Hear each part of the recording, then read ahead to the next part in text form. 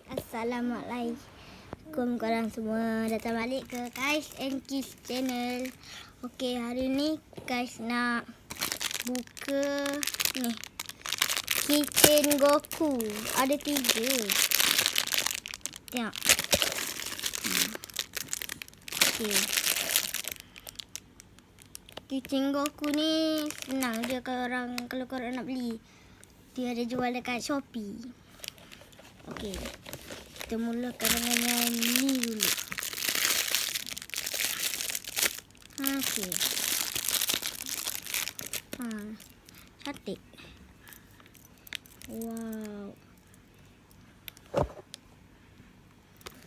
Dia pakai baju warna biru. Rambut dia warna hitam. Nice. Cantik.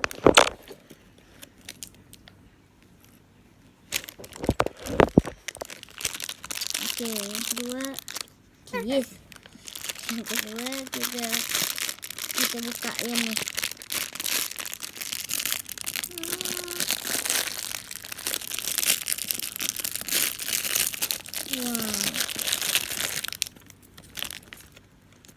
Wow, cantik. Oh.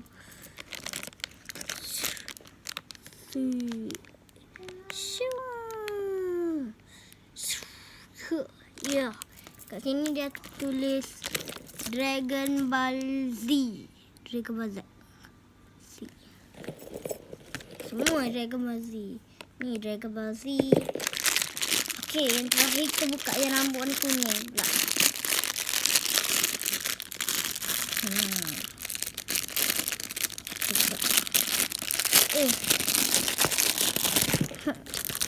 Kacau lah. Wow, yang ni besar lah.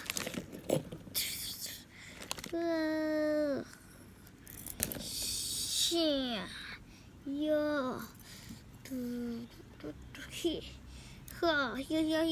Okey. Kat sini dia tulis Dragon Ball Z juga. Okey. Ya. Okey dah. Jangan lupa subscribe ke channel. Okey. Good job. Okey, sekarang ni Kais nak ucapkan selamat hari raya.